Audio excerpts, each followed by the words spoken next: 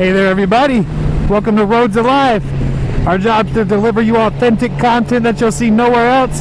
Not only on the road, but what we do is we go all around and do anything adventurous, record it for you, and then we talk about it every now and then while we're riding this motorcycle. If that sounds interesting to you, give me a subscribe, follow today, and let's make some action content together now. Alright, so today we're going to talk about the cruise I just went on. It was great. I was on the Utopia of the Seas. Had 10 of my friends come. 12 of my friends met in total. 13 actually. Some of them live in Orlando, so we took a drive down to Orlando from North Carolina. Met with a bunch of buddies. We all went to K-Pot, had a good night, Disney Springs, and enjoyed ourselves. And then we hit up the Utopia of the Seas. So 10 of us went on the boat, and we'd taken a cruise before. And so what I want to talk about is just a couple of the things that, you know, happened on the cruise, what we thought of it, and the opinion that some of the people had about the ship. So Utopia of the Seas is, I believe at this moment, the second largest cruise ship in the entire world. So it's huge. And the thing is, we only went for 3 days, and that's actually the shortest cruise I've ever been on. I've cruised roughly 60 to 70 total days throughout all the different companies in my lifetime, and Royal Caribbean, I've never taken a 3-day on such a large ship. So there were some negatives to that. We knew we were not going to get to see everything, kind of figured that would be the case, but I think the biggest negative was the fact that traveling with so many friends, we were more focused on just interacting and seeing each other than exploring the ship. So if you're there with just your partner or just a small group, you might find the time to still explore the ship and get everything done, but we are often distracted by just grouping up with the 10 of us, bar hopping a little bit and having a good time. You know how that goes. So that being said, the ship is absolutely beautiful. There's not a spot on it, you know, fresh paint in every balcony when you go outside, just everywhere you look, no rust, nothing to worry about. I absolutely loved being on it. I don't have anything really incredibly negative to say about it. It's just I wish I was on there for more time. Now, when some of my friends were getting off the boat, we went on the Carnival Elation last time, which is, it's actually Carnival's like worst ship. So the comparison is absolutely night and day as far as ship. And I was extremely interested to find that some of my friends were like, hey, we actually had just as much fun when we were on the Elation as we did on this huge Utopia ship, and we probably spent double or nearly triple to be on this boat and got half the day, you know, the duration of the trip. So I was like, why would that be? And the only thing I could really think is that, like I mentioned earlier, the friends were just too focused on grouping up and not really exploring. But anyway, as far as my opinion getting off the boat, I personally am still a firm believer that MSC is currently the absolute best company you could sail with right now and the best bang for the buck. The reason I believe that is because while getting off the ship, I said, well, there's not really anything I feel like MSC didn't have that this one had. So yes, we had larger versions of the same things, but you know, to go with larger areas, you also have more people. We have more rooms on board, so the ship is fuller. So it's a catch either way, and honestly the smaller ship is a little more personable. You really get to know the ship and explore it in full, and overall you just get a way better value. So the first thing I want to talk about is getting on the boat. Absolutely the easiest embarkation, and I guess we'll just go ahead and talk about the disembarkation at the same time. Getting on and off the boat is incredibly easy on the Utopia of the Seas. So in previous cruises, or almost every cruise I ever go on, try to get there a little bit early, be in the front of the line, wait it out, and try to be, you know, one of the first ones on the boat. There's always a wait. On this one, we showed up at our time, which was pretty early, around 10:30 I think, and we got right on. We just checked it, you know, went through security, showed them our documents, and boom, we were on the ship. There was no wait. And the same could be said for getting off. So usually when I'm getting off a ship, and I'll say MSC is one of the worst for this, you are waiting, my boy, you are waiting. And it's bad. You're talking about multiple hours in a single file line down in the bottom of the boat where nobody's happy. The guests aren't happy. The crew's not happy. They're turning over a ship that day. It's just not a good experience. And getting off the boat is one of the things I always dread the most on a cruise as it's coming to an end, that last day. So with the Utopia, we woke up and I was planning for the worst. I actually decided not to go down there at 6 a.m. this time and just follow my time and see what happened. And I was pleasantly surprised. We walked right off the boat. Absolutely no lines once again. And I imagine they got this figured out at this point because, hey, when you're moving 5,000 passengers on and off the boat 2 times a week with the 3 and 4 day cruises, then you probably really get used to that. So that was a great surprise, is the embarkation and disembarkation. It actually makes the trip feel so much better when it goes down like that, because the lines cause stress and everybody's tired, ready to get to your room. So yeah, that was great. So we got on the boat, and you know, I recommend on these 3-day cruises. All right, let's go over that. Let's go over the fact that you're on a sorry, he's over the line. That was a little crazy. But let's go over the fact that on these 3-day cruises, right, you don't have a lot of time. So when you get on the boat, you want immediate enjoyment. So the thing to do is to bring your bathing suit with you, okay, or wear it on board, or make it where it's very easy for you to change into your bathing suit. And what you can do is immediately when you get on the ship, you're hitting the pools, man. You're going to having a good time right away, while other people are dragging their luggage around the ship, trying to quote-unquote explore and see the ship. You are prepared, you are already in enjoyment mode, and you're not in all the clutters in the hallways where everybody's, you know, running into each other and the elevators are full. You're already at the pool deck having a good time. And then when everybody else has finally changed into the clothes and can go out and hit the pools or do whatever they want, you're tired from being at the pool, you're going back to change, and you're kind of just avoiding the crowds that entire first day. It's a thing that a lot of pro cruisers do. People that have cruised multiple times, you'll notice right when you get on, they're already in the pools. It's going to be the least busy time that you can experience them, absolutely. And I recommend that for anyone. So the way you do that is check the bags that you're not concerned with having right away. Once again, it being these 3-day cruises, they've figured out how to get the bag to your room pretty quick. So it's not like other cruises that I've been on in the past where I didn't have my bag till 6 or 7 on the first night. I think they guarantee it to your room by maybe by 4, I believe, and you're allowed to go into your room at 1 o'clock on these, which is a little earlier than a lot of other boats. So anyway, you get in there, get your everything checked that you don't want to drag around with you on the boat, and bring the carry-on, which has just the things that you need for that first day, the first moment to be at the pool, and you know, get started on your partying right away. That's the plan. Avoid the crowds. My biggest suggestion on these 3 days is not doing what everyone else does at the same time. That's going to be the best way that you can see more than you should in 3 days. So secondly, now that we've gotten on the boat, we've gotten to our rooms by 1 o'clock, we've gotten our bags, we got everything we need. The cruise is already ticking by pretty quick. You know, it's a 3-day, trying to get maximum enjoyment. So we did what I told you about. We hit the pools, changed. Now we're going to dinner. With Royal Caribbean, guys, the dining room, I don't know, it's hit or miss. I mean, the quality of the food is great, and there's always just about something for everybody, and the service is great. All that stuff is great. That's not what I'm referring to at all. But on a 3-day cruise, you're going to spend 2.5 hours, 2 hours a night in the main dining room, which, you know, turns into 7.5 hours of your cruise, and you just spent that time sitting at a table. It's pretty significant. So what I recommend is doing the main dining room like 1 of the 3 nights and spending the rest of the time having fun.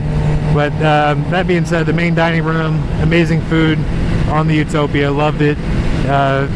Just about anything for anybody, from vegetarian to vegan to, you know, people who love fried chicken and American type food, anything you want. Alright guys, on the Utopia, you got to pre-book your shows. If you don't pre-book your shows, you're going to miss them. They're going to be full, or you're not going to be able to sit with your party, things like that. So before you are actually on board, go ahead and get the app, log into your cruise, make sure you booked every show that you want to attend. If you miss it, it's fine, no big deal, but better to be booked and be able to go and skip on it than to want to go and you can't. So these shows do fill up, and you want to make sure that you're scheduled. They're pretty good. The Aqua Show is amazing. It's unlike anything you've ever seen. I would look up some videos online where these people are having to jump from the high dive into the smallest spot you've ever seen, and while they're doing that, the boat is in motion, which is nuts. And they do some tightrope action at the same height. It's all nutty stuff, really good. The ice skating show, I recommend that too. You know, it's something you could go with or without. Same for the theater show. You have to see the Aqua Show. Make sure you go to the Aqua Show. The other ones, hit or miss. Kind of pick whatever you think you might like the most. Go for it. I mean, they're not bad, but go either way. The entertainment is top-notch overall compared to other cruise liners. I think my opinion is just formed in the fact that I'm not really big on the shows in general, but I do go to them, and I don't put them down or, you know, have a negative perspective on them. I try to enjoy them for what they are, and they're pretty good. So enjoy the shows, enjoy the entertainment. The food is great. Love the Utopia, guys. And you know, there's, like I said, there's really nothing bad that I can say about the boat. Just the duration was short, and MSC is a better value. So when it comes to MSC, you know, I had all the same things that I ended up doing on this boat. You know what, they might have one extra rock climbing wall or one extra, you know, thing, something to, you got a little more to do, but do you even end up doing it? It's questionable. I think Utopia is the family ship, you know, and they're trying to switch it to the 3-day, 4-day party ship, and I'm not sure that partiers really care that much about having all that extra stuff. You know, they're on there to either drink or stuff like that. Like, you don't really care about that extra zip line or the rock climbing wall. Like that's what I'm seeing. You know, I'm seeing that they're trying to brand it as a party ship, but it's really more designed as a family ship. The big snake on the road right there. Whoa, whoa, shit! That's a bump. Man, that shit scared me, boy. Alright. Anyway, talking about cruises. Try not to die on this bike. That's pretty much it. I just got my shit wrong. But yeah, that's pretty much it, boys. I mean, the MSC is where it's at. It's the best bang for the buck. It's where you want to be. They got the new one, World America, coming out. You can go to Miami to ride that. Pretty badass. That's what it's all about. So, we talked about a little bit of cruising. I want to talk about the direction of my channel. So, if anybody is watching this and happens to care, paying attention, probably like, what the heck, you know, he's making motorcycle videos and he's making this video, that video. What's the direction? Or honestly, you probably never said that because you probably don't even care. But the point is, what I would like to do is I would like to make cool content. This has been my intention the whole time, is to move it in this direction, and I want to change the living road into something that we can show the cool things that you can do in life, as far as adventures you can take, roller coasters you can ride, places you can go, ways you can travel, all those different things. And we're going to show that, and we're going to have a taste of motorcycles in there, because why not? I like motorcycles. And so the way I'm going to bring my motorcycle into it is, this is when we kind of recap. This is when we talk about things. This is when we go on a ride, we travel somewhere, grab some food, we go to a cool location in the mountains of North Carolina, somewhere twisty. We do something cool together, and we kind of recap what's been going on the channel. And you know, the things that are going to go on the channel: traveling, cruises, going to other countries, you know, a little bit of business content. I run a small business, and it's going to be a variety, you know, and maybe the channel eventually takes me in some direction that it's more apparent and clear as to what I should be doing. But in the meantime, it's going to be a variety of content that I'm mostly just vlogging my life and the things I do and the things I like, and the information I want to share. And if in the long run it's just for me, that's fine too. But if any of you guys want to join me along the way, and we end up you know, having fun on this adventure together, you're absolutely welcome to. And the way to do that is just to subscribe to the channel, and you know, when you see a video, watch it, give me that thumbs up and all that kind of stuff. But you know, other than that, not really sure. You know, I like to do cool stuff. My life, my background, I grew up riding dirt bikes. I grew up playing video games a lot. I know, you know, it might sound corny, but I was hardcore on World of Warcraft and then riding dirt bikes. So I had a variety of things I like to do. You know, I was outside a lot and inside a lot. I was raiding and hitting Onyxia on World of Warcraft, and then I was going out to the motocross track on the weekends with my buddies and you know, trying to do no hands and nothings and stuff, and then blowing my chest out. So, you know, I've been doing it all. Well, not all, but in my eyes, I do what I want to do. I do what I like to do. And if there's something that I want to pursue, I try it. If I have a dream, I'm going to go for it. As long as it's, you know, something I can reach, I'm going to grab it and I'm going to try it. And I figured I would document my journeys along the way. So I've been, like I said, I've been on many cruises at this point. I've probably cruised, I need to get the number together because it's probably pretty a cool number at this point to have, but it's somewhere around 60, 70 days, I believe. And on top of that, I've been to California, been to Florida, been to New York, I've been, you know, all over the United States. I want to explore outside of the United States, and that's part of this channel, is why would I go to a once-in-a-lifetime country and not be able to remember it to the fullest extent? So if I'm going to start traveling all over the world, I'm going to document it. And that's kind of the point here. Whether this ends up just being for me, or, you know, the world enjoys the content for some reason, hey, I don't care. I'm going to have fun along the way. And I hope that, you know, if I can just bring one or two people some enjoyment, hey, that sounds good to me. So that being said, I appreciate you know, checking out this video. I appreciate you hearing me out. Like I said, I know it just seems kind of random, but that's kind of the whole point, you know, like, I don't want to just ride the motorcycle and talk about the motorcycle. That's what everybody does. I mean, I want you to see some cool riding footage when I'm riding.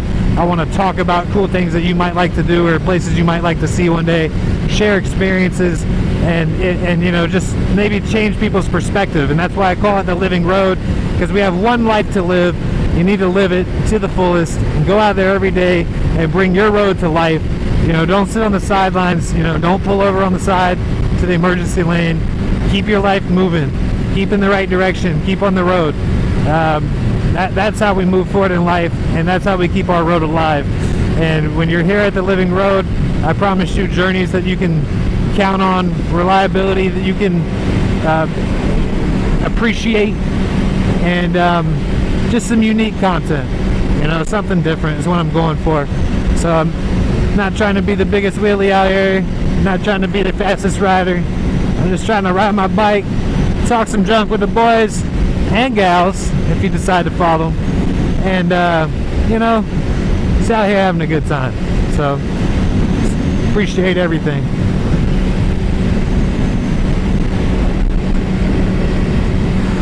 All right, it's been rainy today, wet day. It's been rainy all week.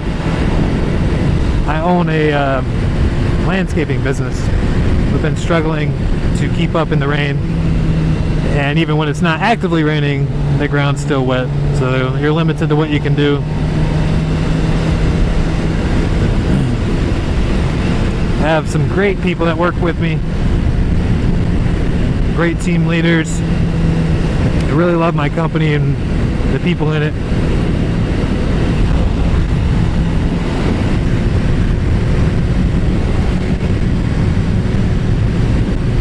What y'all think of these North Carolina roads, though? Pretty cool, huh? Just like, this is my backyard, minus that freaking hole that almost killed me. Man, these roads are amazing. That hole is new too. I ride that road all the time. I don't know, just, hey, reflect back to my video about the living road, how it always changes, right? It's one of those examples right there, because man, that was rough. That hole. That guy just flashed me. Something's going on up here. I'm chilling. Or maybe he's saying hey to the camera, who knows.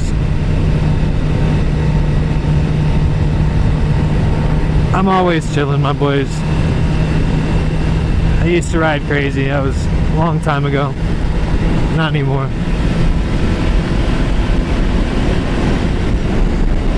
A long time ago. I used to ride crazy. There he is. I appreciate the guy flashing me up now. He might pull me for my tags. Get pulled for them all the time. They are bad.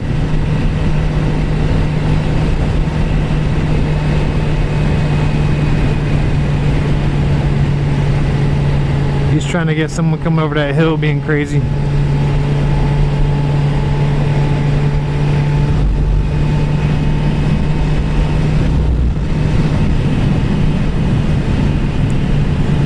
Take you on this road over here. It's pretty sweet. It's got a hill that's like a roller coaster. Like I said, I don't go too crazy, but let me buckle my glove. Alright.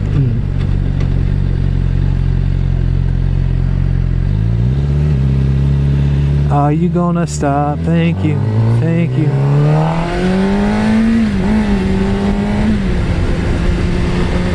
Make sure the camera's tight. Make sure the camera's tight, my boys. We good.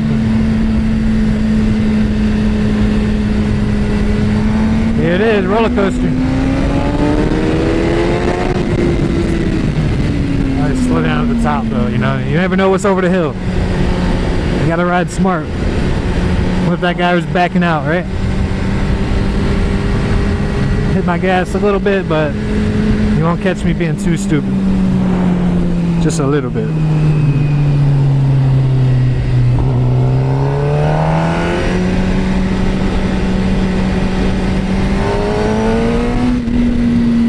I love the sound of my bike. And I didn't say I was never going to talk about motorcycles, okay? We're going to talk about motorcycles a little bit.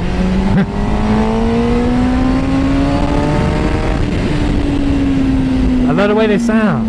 I love the way they feel. I love the way they are. People are like, what the hell? How's you got a camera right there? I live in the country. You can't tell. They're building this up though. Who am I kidding? I'm a transplant. I'm not from the country. I'm taking it over. It's getting busy.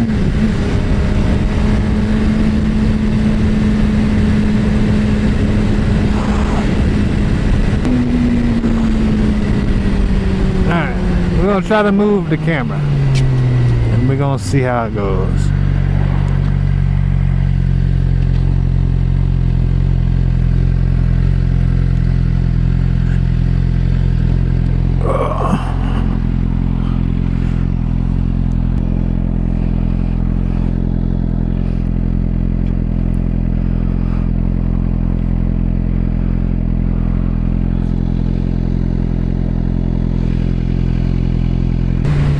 Yeah, I love riding. I've been riding for forever.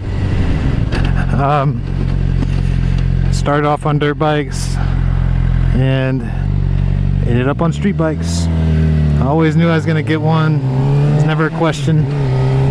It's just when. Started off on a KLX 250L dual sport, at least in the street I mean. And I was young, so I wanted more speed. So I bought 1994 GS 500 from my sister-in-law.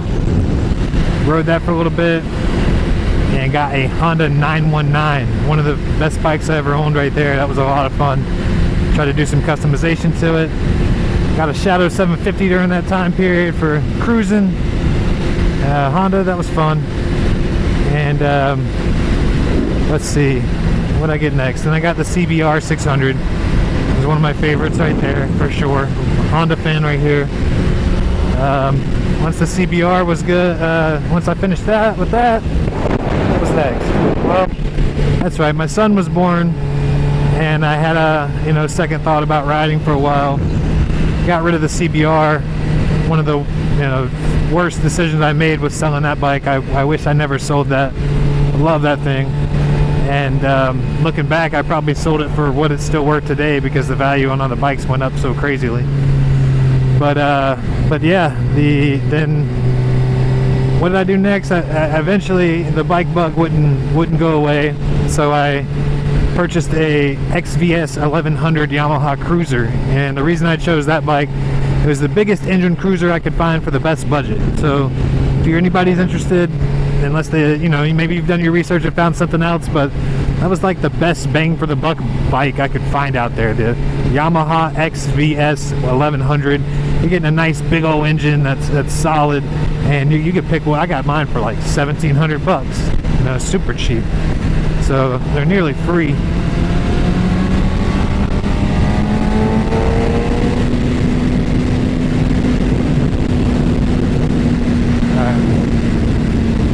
Had to make my move, my boys. Oh, and now it's all slow territory. Went too soon, too soon. Could have been patient.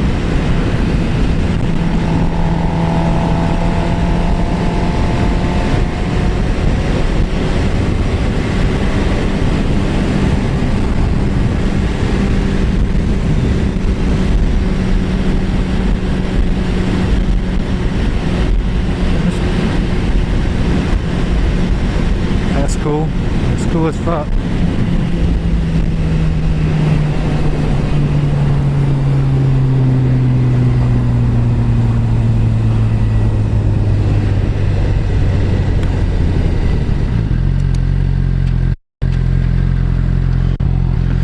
Alright, stoplight. Make sure everybody stop. You don't get no second chances out here.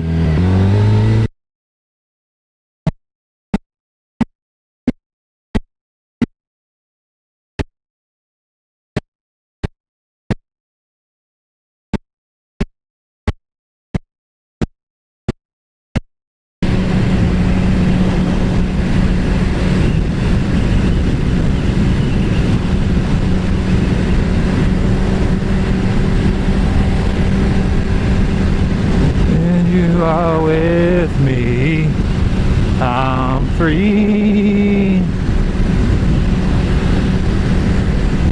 Stop moving. Well, in case this video comes to an abrupt end due to my battery, thank you for watching. Until next time.